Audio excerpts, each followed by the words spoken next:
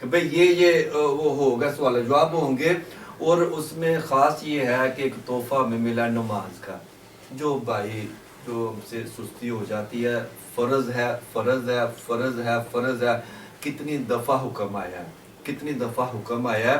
تو بھی ان مجالس کا یہی ہوتا ہے، بیٹھنے کا، آنے جانے کا. جو ہم سے کوئی کمی بیشی ہوئی ہے ہم سن کے کوشش کریں، عمل کریں گے.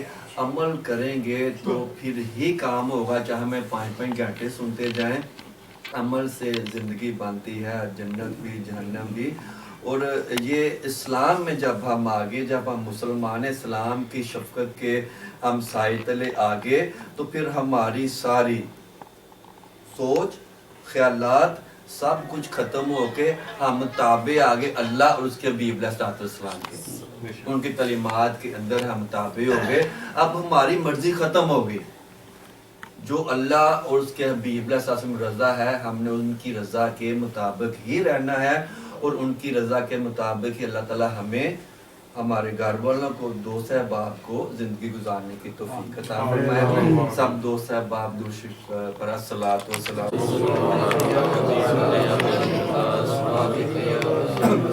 صلی اللہ علیہ یا رسول اللہ وسلم علیک یا حبیب اللہ. غوث اعظم کے جو دربار میں آ جاتے ہیں، مانگتے ہیں جو دعا رب سے وہی پاتے ہیں. مانگتے ہیں جو دعا رب سے وہی پاتے ہیں. آپ کے در کی جنہیں نوکری مل جاتی ہے، چھوڑ کے آپ کے وہ در کو کہاں جاتے ہیں. چھوڑ کر آپ کے در کو وہ کہاں جاتے ہیں. آپ کے ذکر میں رہتے ہیں جو مصروف سدا، آپ کے ذکر میں رہتے ہیں جو مصروف سدا.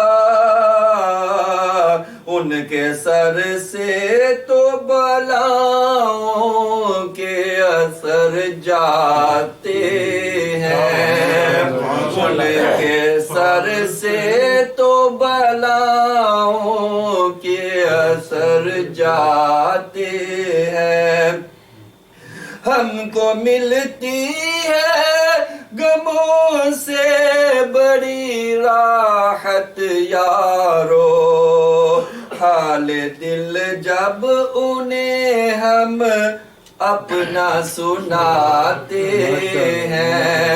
حال دل جب انہیں ہم اپنا سناتے ہیں.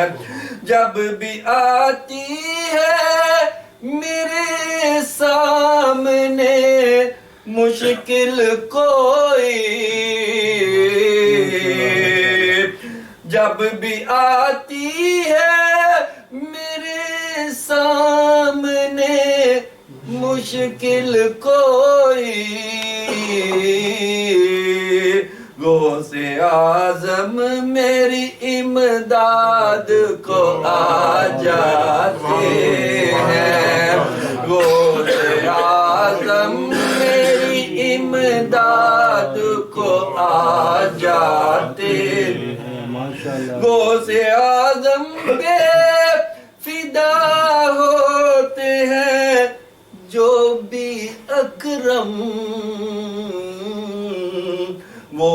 ہی پیارے میرے سرکار کے ہو جاتے ہیں، وہی پیارے میرے سرکار کے ہو جاتے ہیں۔ وہ زیادہ الحمدللہ ابھی 2 صاحب جا رہے ہیں فیری فین کی سعادت حاصل کرنے کے لیے۔ ایک یاد بات خود بھی رکھیں اور اپنے گھر والوں کو، خاص طور پہ جب بھی مدینہ شریف کا ذکر ہے تو کیا کہنا ہے؟ مدینہ پاک، مدینہ شریف، مدینہ المنورہ۔ اسی طرح مکہ پاک، مکہ شریف، مکہ المکرمہ۔ اگر دونوں کا ذکر آئے تو یہ تثنیہ کا صیغہ ہے 2 کا، حرمین شریفین طیبین طاہرین کی زیارت کا شرف حاصل کرنے کے لیے جا رہا ہوں۔ اور جب جیسے بغداد شریف کا کہتے ہیں، نجف شریف کی زیارت کے لیے جا رہا ہوں، کربلا شریف کی زیارت کے لیے جا رہا ہوں۔ جب آپ ایسی باتوں کا ذکر کریں گے نا، آپ کو کہنا نہیں پڑے گا، آپ کے گھر والے بھی یہی کہیں گے۔ آپ سب کا بہت شکریہ۔ اور آخر میں کویت میں جو بھی حالیہ قانون چل رہے ہیں تو سب بھائیوں سے یہ درخواست ہے، کوئی ایسا کام فون کے اوپر بات بھی کوئی ایسے نہ کیجیے گا، کوئی لین دین کامے کا کوئی بھی ایسے سسٹم، یہ جو بتاکے بن رہے ہیں کوئی ایسا غلط نہ کام کیجیے۔ 20-30 دینار 40 دینار کہیں رینٹ پہ لے لیں، کچھ نہ کیجیے گا، کیونکہ جو بھی چین میں آئے گا نا، اور کسی سے چیز لیتے دیتے وقت میں ان چیزوں کا نام نہیں لینا۔ الا بھی کمال ہی بلغل الا بھی کمال ہی، پہنچے بلندیوں پہ اپنے کمال سے، کشفت تجا بھی جمال ہی، آپ کے جمال سے تمام اندھیرے دور ہوئے۔ بلغل الا بھی کمال ہی، کشفت تجا بھی جمال ہی، حسنت جمیع خصال ہی، صلو علیہ وآلہ۔ آپ کی تمام عادتیں ہی بہت اچھی ہیں، حسنت جمیع خصال ہی، صلو علیہ وآلہ۔ آپ کے اوپر اور آپ کی آل کے اوپر درود پاک۔ حضرت سیدنا صدیق اکبر رضی اللہ تعالی عنہ کو جو مقام ملا ہے وہ کسی صحابی کو نہیں ملا۔ جو مقام حضرت ابوبکر صدیق کو ملا ہے نا، وہ کسی صحابی کو نہیں ملا۔ حضرت ابوبکر صدیق ایسی ہستی ہے جنہوں نے اپنا تن من دن، اپنی اولاد، اپنے ماں باپ، سب کچھ نبی پاک صلی اللہ علیہ وسلم جو لوگ قربان کر دیا۔ جو اسلام کا ابتدائی دور تھا نا، اس وقت غلاموں نے اسلام قبول کیا تھا، تو وہ جو غلاموں کے آقا تھے نا، وہ ان کو بہت مارتے تھے۔ تو اس وقت حضرت ابوبکر صدیق رضی اللہ تعالیٰ عنہ غلام حرید کر آزاد کر کے نبی پاک صلی اللہ تعالیٰ علیہ وسلم کی بارگاہ میں لے کر آتے تھے۔ نبی پاک صلی اللہ تعالیٰ علیہ وسلم کی کوئی تکلیف، کوئی دکھ آپ کو برداشت نہیں ہوتا تھا، آپ کی برداشت سے باہر ہوتا تھا، ٹھیک ہے۔ جب ایک وقت آیا تو آپ کے والد محترم آپ کی بہت زیادہ مخالفت کرتے تھے، بہت زیادہ۔ آپ کے والد محترم نے نبی پاک صلی اللہ تعالیٰ علیہ وسلم کی شان اندر گستاخی کی، تو حضرت ابوبکر صدیق نے اپنے والد کے منہ کے اوپر تھپڑ رسید کیا۔ تو مکہ کے اندر یہ بات بہت مشہور ہو گئی، دیکھو ابوبکر نے اپنے باپ کے منہ کے اوپر تھپڑ مار دیا۔ تو یہ شکایت نبی پاک صلی اللہ تعالیٰ علیہ وسلم کے پاس بھی چلے گی کہ آپ کے یار نے اپنے باپ کے منہ کے اوپر تھپڑ مار دیا۔ نبی پاک صلی اللہ تعالیٰ علیہ وسلم نے نا حضرت ابوبکر صدیق کو بلایا۔ جب حضرت ابوبکر صدیق آئے تو نبی پاک صلی اللہ تعالیٰ علیہ وسلم نے پوچھا، اے ابوبکر کیا تم نے اپنے باپ کے منہ کے اوپر تھپڑ مارا ہے؟ تو ابوبکر صدیق نے کہا، جی یا رسول اللہ، میں نے تھپڑ مارا ہے، میں نے تھپڑ مارا ہے۔ میں نے تھپڑ اس لیے مارا ہے کہ وہ آپ کی شان میں گستاخی کر رہا تھا، اور وہ شکر کرے اس وقت میرے ہاتھ میں تلوار نہیں تھی، ورنہ میں نے اس کا سر قلم کر دینا تھا۔ تو جب یہ شدت آپ کے باپ نے اپنے بیٹے کے اندر دیکھی نا، تو وہ باپ سوچنے پر مجبور ہو گیا، یہ میرا وہ فرما بردار بیٹا ہے جس نے کبھی اونچی آواز بھی میرے سامنے نہیں کی تھی، آج محمد صلی اللہ علیہ وسلم کے پیچھے چل کے یہ مجھے تھپڑ مارنے پہ آ گئے۔ جب اس نے یہ بات سوچی نا، تو سوچتے سوچتے اس بات کے اوپر وہ پہنچا کہ نہیں، ضرور ان میں کچھ ہے، یہ جو اتنا اس سے محبت کر رہے ہیں ضرور ان میں کچھ ہے، لہذا میں بھی توبہ کرتا ہوں اپنی پچھلی زندگی سے، اور میں بھی کلمہ پڑھ کے مسلمان ہو جاتا ہوں۔ تو اس کے بعد نے حضرت ابوبکر صدیق کو کہا کہ اے ابو بکر میں بھی کلمہ پڑھنا چاہتا ہوں, مجھے بھی ساتھ لے چلو. تو آپ اپنے والد محترم کو ساتھ لے کر آگے کلمہ پڑھنے کے لیے. تو نبی پاک صلی اللہ تعالیٰ علیہ وسلم اتنے شفیق اور اتنے رحیم تھے, تو آپ نے کہا اے ابو بکر تو باپ کو لے کر ادھر کیوں آیا, تو مجھے لے کر جاتا, میں جا کے کلمہ پڑھاتا. ٹھیک ہے. حضرت ابو بکر صدیق وہ ہستی ہیں جن کی 4 نسلیں صحابی ہیں. یہ مقام کسی صحابی کو ملا. آپ خود صحابی, آپ کے والد محترم صحابی, آپ کے بیٹے بیٹیاں سب صحابی, اور آپ کے آگے سے پوتے بھی صحابی. یعنی یہ درجہ کسی کو نہیں ملا. اور یہ وہ صحابی ہیں جن کا ذکر اللہ عز و جل نے قرآن کے اندر بھی کیا. فی الغار اذ یقول لصاحبہ لا تحزن ان اللہ معنا. ٹھیک ہے. یہ وہ صحابی ہیں جن کا ذکر اللہ عز و جل نے قرآن کے اندر بھی کیا. اور نبی پاک صلی اللہ تعالیٰ علیہ وسلم جب معراج کے اوپر گئے, یہ 27ویں شب ہے, تھوڑا سا ذکر معراج کا بھی ہم کر لیں. جب نبی پاک صلی اللہ تعالیٰ علیہ وسلم معراج کے اوپر گئے تو جا کر اپنے رب سے ملے, تو رب کے ساتھ ہم کلام ہوئے. اللہ نے اپنے محبوب کو دیکھا, محبوب نے اپنے اللہ کو دیکھا, تو آپ دونوں کی آپس میں بہت زیادہ بات ہوئی. تو یہ جو موقع ملا تھا نا, یہ جو اللہ عز و جل نے یہ جو عمل کیا تھا حضرت محمد صلی اللہ تعالیٰ علیہ وسلم کو دیکھنے کا, بس اللہ ہے اور محمد ہے. اللہ دیکھ رہا ہے اور محمد صلی اللہ علیہ وسلم سے باتیں کر رہا ہے.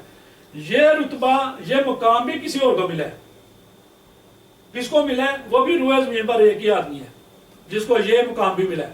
وہ کون ہے؟ وہ حضرت ابو بکر صدیق ہے. جب آپ غار ثور میں لے کر گئے تھے نا, اس وقت کوئی نہیں اور تھا, بس آپ تھے اور حضرت ابو بکر صدیق تھے.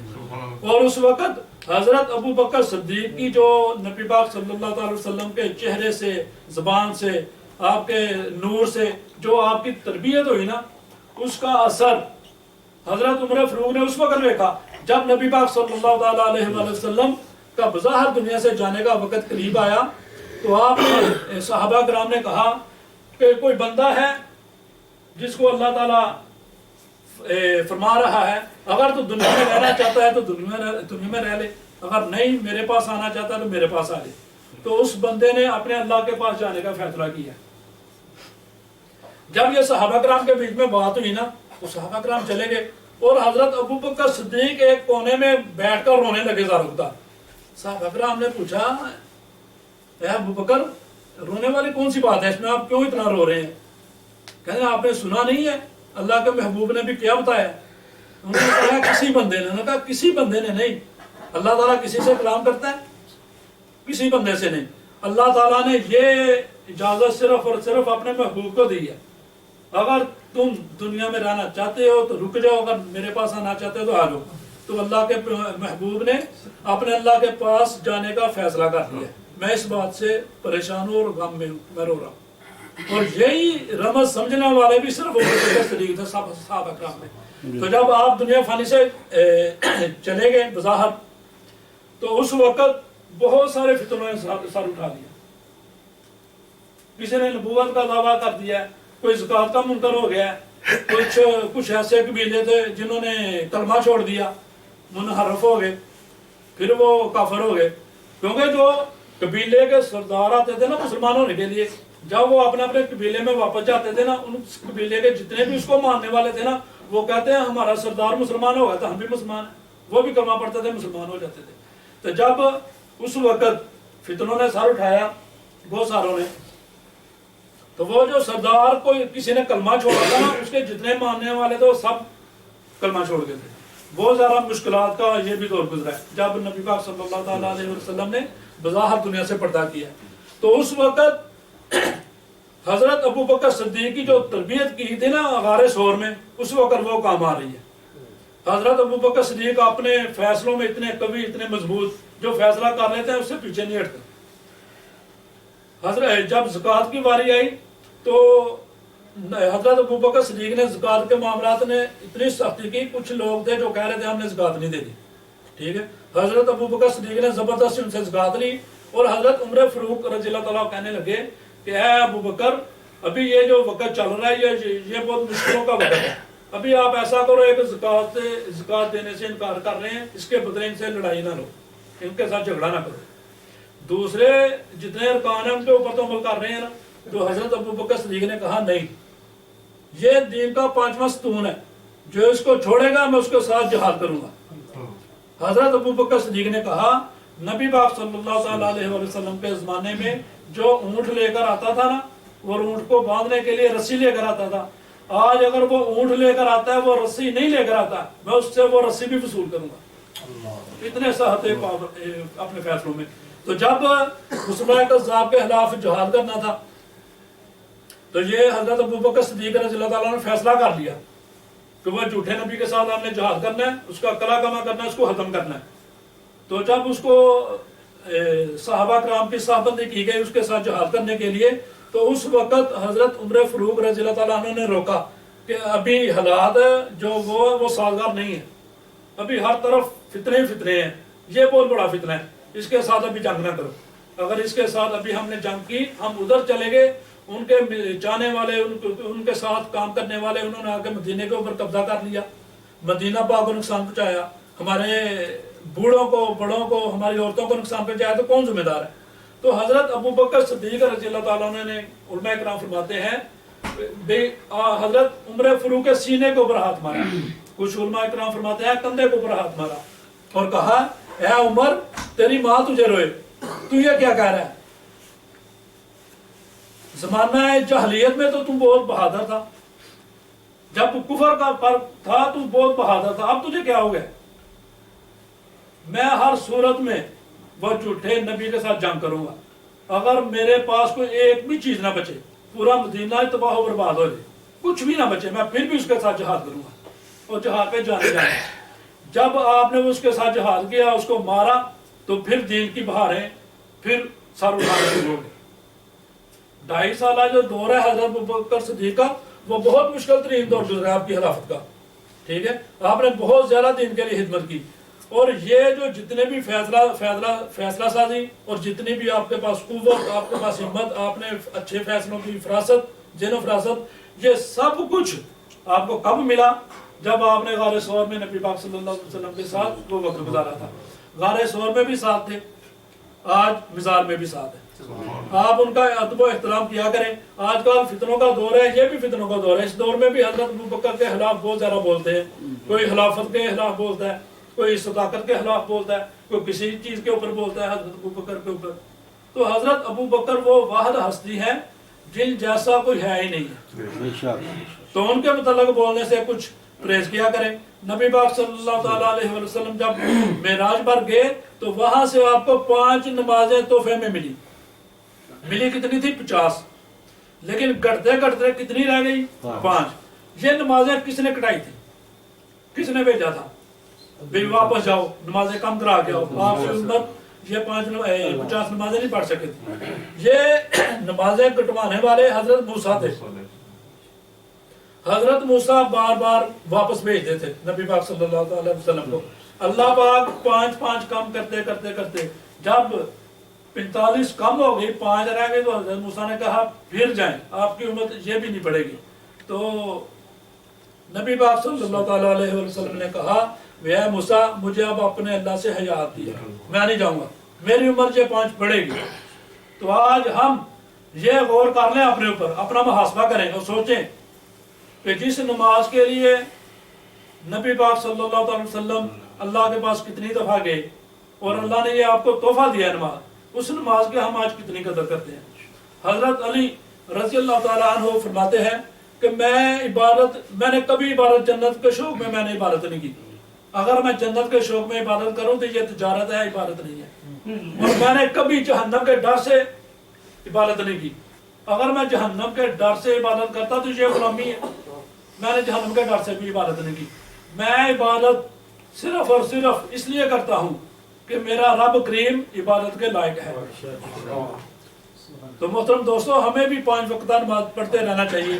اب آپ کے سامنے نعت رسول مقبول صلی اللہ تعالیٰ علیہ وسلم پڑھنے کے لیے تشریف لاتے ہیں محترم جناب شاہ.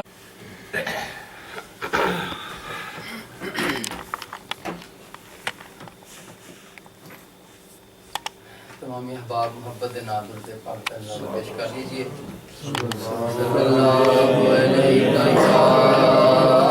وسلم.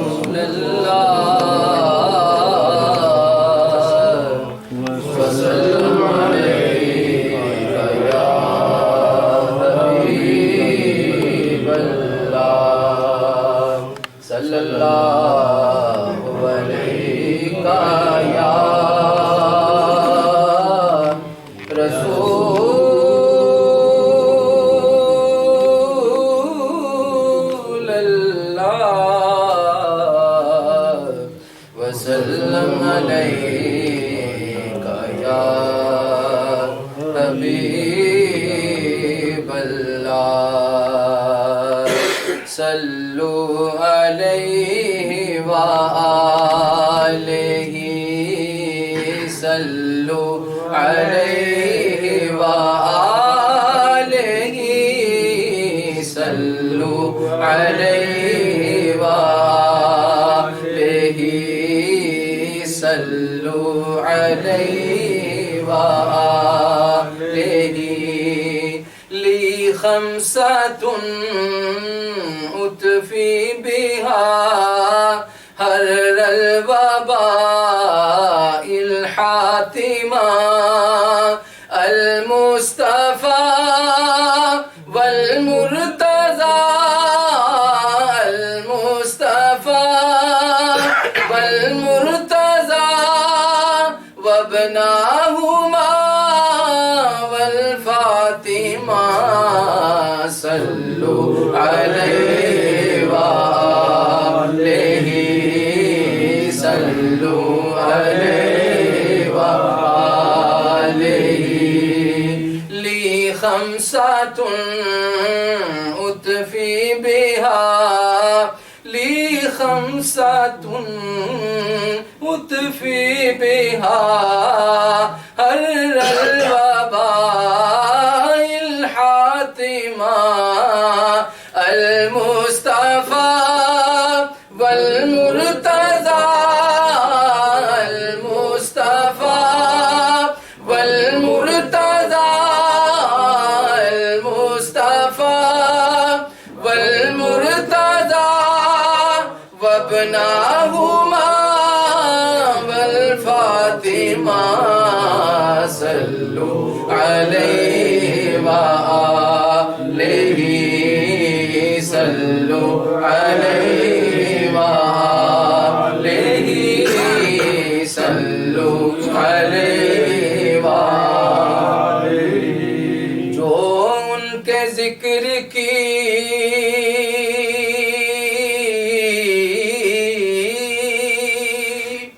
محفل سجائے بیٹھے ہیں جو ان کے ذکر کی محفل سجائے بیٹھے ہیں دلوں کو اپنے مدینہ بنائے بیٹھے ہیں دلوں کو اپنے مدینہ بنائے بیٹھے ہیں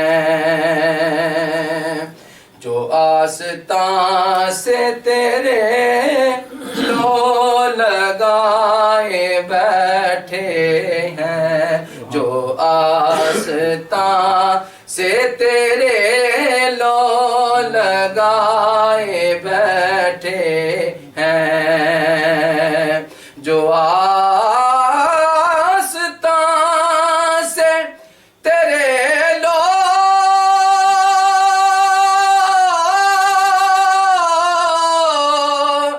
لگائے بیٹھے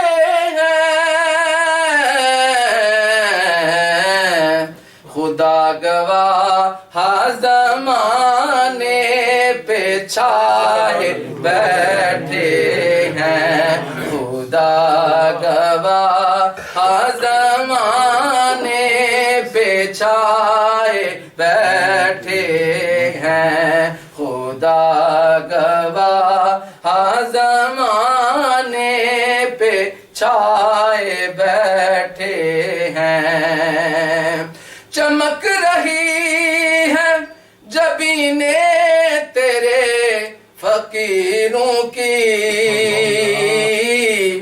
تجلیات کے سہرے سجائے بیٹھے ہیں تجلیات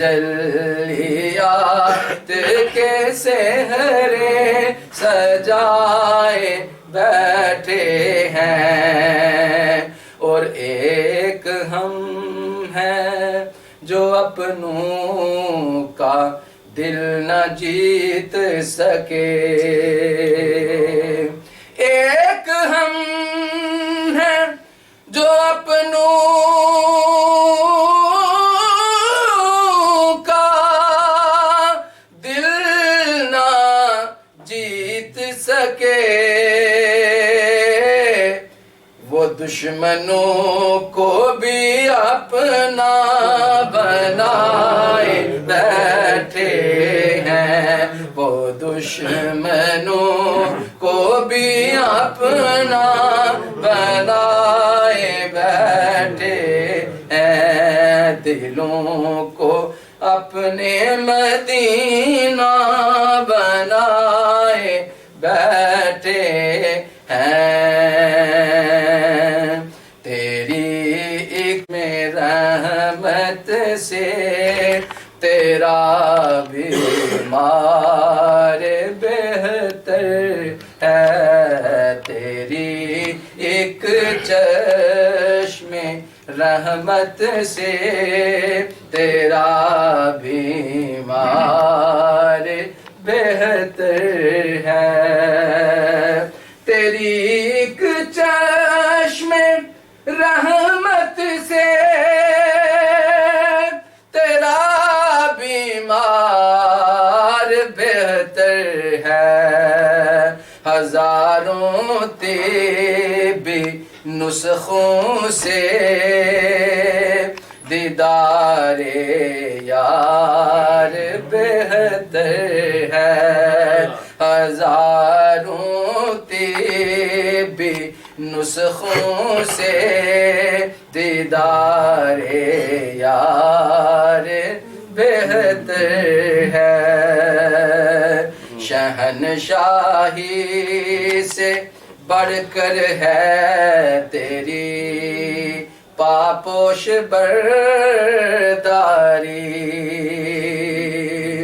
شہنشاہی سے بڑھ کر ہے تیری پاپوش برداری. سکندر سے تیرا ایک خادم دربار بہتر ہے. سکندر سے تیرا ایک خادم دربار بہتر ہے.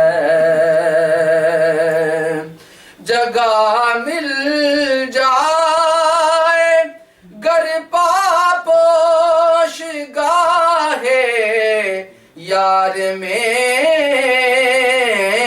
مجھ کو خوشا یہ مسند طاؤس سے صد بار بہتر ہے. تیری ایک چشم رحمت سے تیرا بیمار بہتر ہے. نعرہ تکبیر، نعرہ حیدری، نعرہ غوثیہ، تاجدار ختم نبوت زندہ باد زندہ باد. تاجدار ختم نبوت زندہ باد تاجدار ختم نبوت زندہ باد زندہ باد.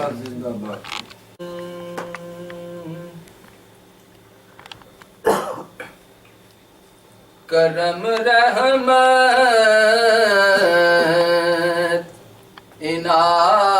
عنایت ہو رہی ہے.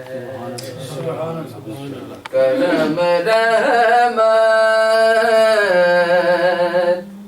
عنایت ہو رہی ہے. کرم رحمت عنایت ہو رہی ہے کہ ہم جیسوں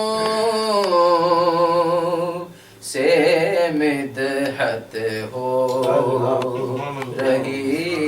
ہے کہ ہم جیسوں سے مدحت ہو رہی ہے میں کچھ دن سے مدینہ پاک میں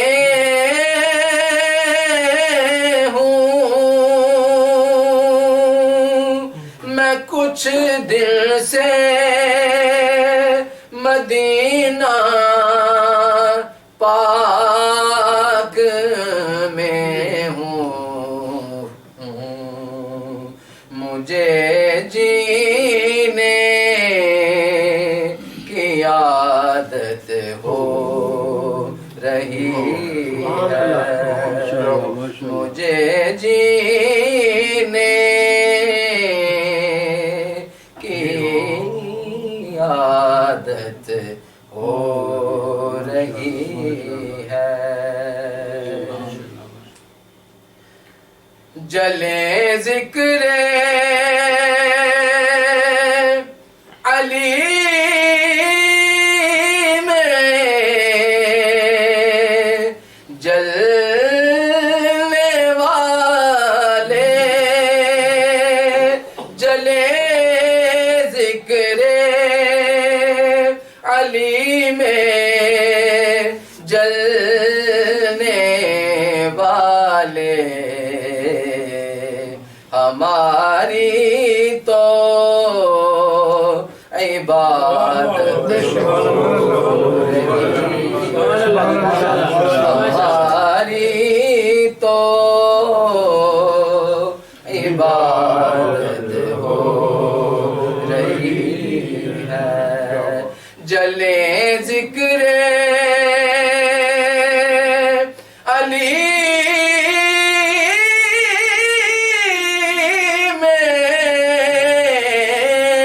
جلنے والے جلے ذکر علی میں جلنے والے ہماری تو عبادت ہو رہی ہے ہماری تو عبادت ہو رہی ہے اور دل مومن میں بغض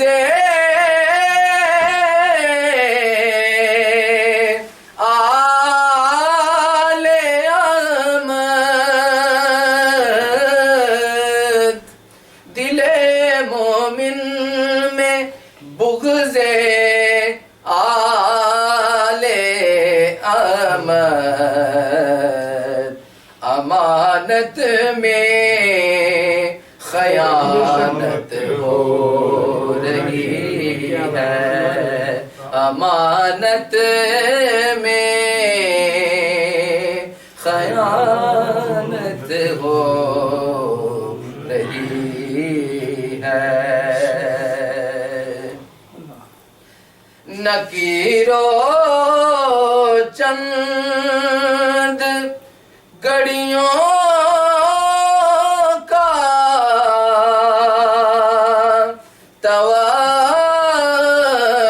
توقف نکیرو چند گڑیوں کا توقف وہ آئے ہیں زیارت ہو رہی ہے وہ آئے ہیں زیارت ہو رہی ہے کرم رحمت عنایت ہو رہی ہے کہ ہم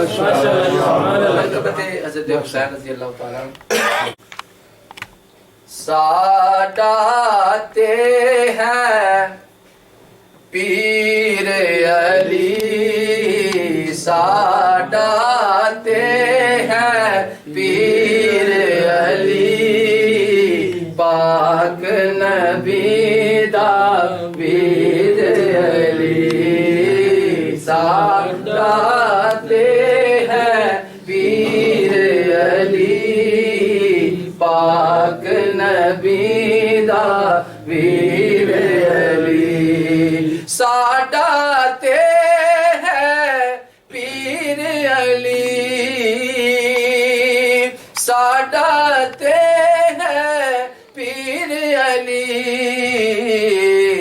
پاک نبی دا ویر علی، پاک نبی دا ویر علی،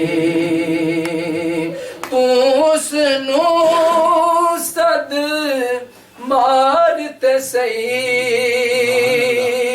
تو اس نو صد مارتے سہی،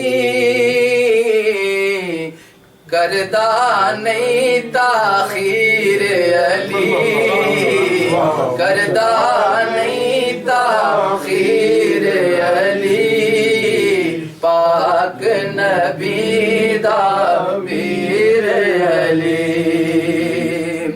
منکر دے سینے دے وچ، منکر دے سینے دے وچ،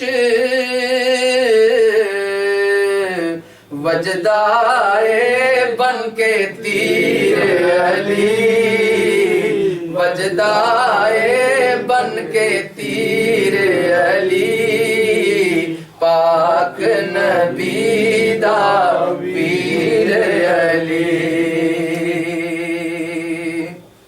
اس دے وچ کوئی شک تے نہیں، اس دے وے وچ شک تے نہیں، اس دے وچ کوئی شک تے نہیں،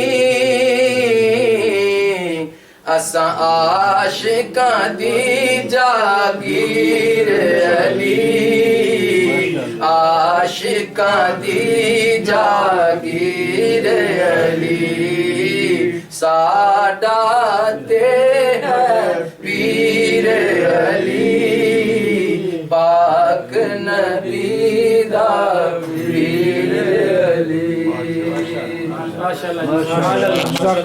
نبی پاک صلی اللہ تعالیٰ علیہ وسلم کا فرمان عالی شان ہے کہ علی کا چہرہ دیکھنا عبادت ہے۔ تو جب یہ بات سنی تو حضرت علی رضی اللہ تعالیٰ عنہ گھر تشریف لے کر آئے، تو گھر میں حضرت ابوبکر صدیق تھے، حضرت عائشہ صدیقہ رضی اللہ تعالیٰ عنہ کے گھر۔ تو جب آپ واپس جانے لگے تو حضرت ابوبکر صدیق مسلسل پہلے چہرے کو دیکھتے رہے، بعد میں پشت کو دیکھتے رہے مسلسل۔ تو حضرت عائشہ صدیقہ رضی اللہ تعالیٰ عنہ نے پوچھا، ابا جان اس سے پہلے تو آپ نے کبھی یہ نہیں کیا، آپ کتنے غور سے پیچھے دیکھ رہے ہیں؟ تو حضرت ابوبکر صدیق نے فرمایا کہ میں نے نبی پاک صلی اللہ تعالیٰ علیہ وسلم سے سنا ہے کہ علی کا چہرہ دیکھنا عبادت ہے، علی کی پشت دیکھنا عبادت ہے۔ تو صحابہ کرام رضی اللہ تعالیٰ عنہم اجمعین نے عرض کی، یا رسول اللہ صلی اللہ تعالیٰ علیہ وسلم، اگر حضرت علی اس دنیا میں نہ رہے تو جو بعد میں آنے والے مسلمان ہیں وہ تو اس عبادت سے محروم رہ جائیں گے۔ تو نبی پاک صلی اللہ تعالیٰ علیہ وسلم نے ارشاد فرمایا، نہیں، وہ اس عبادت سے محروم نہیں رہیں گے، وہ علی کا ذکر کریں گے تو وہ بھی عبادت ہے۔ یہ جو بھی شاہ صاحب نعت میں پڑھ رہے تھے نا، علی کا ذکر کرنا بھی عبادت ہے۔ یہ نبی پاک صلی اللہ تعالیٰ علیہ وسلم کا فرمان عالی شان ہے کہ حضرت علی کا ذکر کرنا بھی عبادت ہے۔ حضرت علی رضی اللہ تعالیٰ عنہ کی شان میں دو مرکبت، اس کے بعد دعا کرتے ہیں، ٹائم بہت کم ہے ہمارے پاس۔ اہل نظر کی آنکھ کا تارا علی علی، اہل نظر کی علی، اہل وفا کے دل کا سہارا علی علی، اہل وفا کے دل کا سہارا علی علی،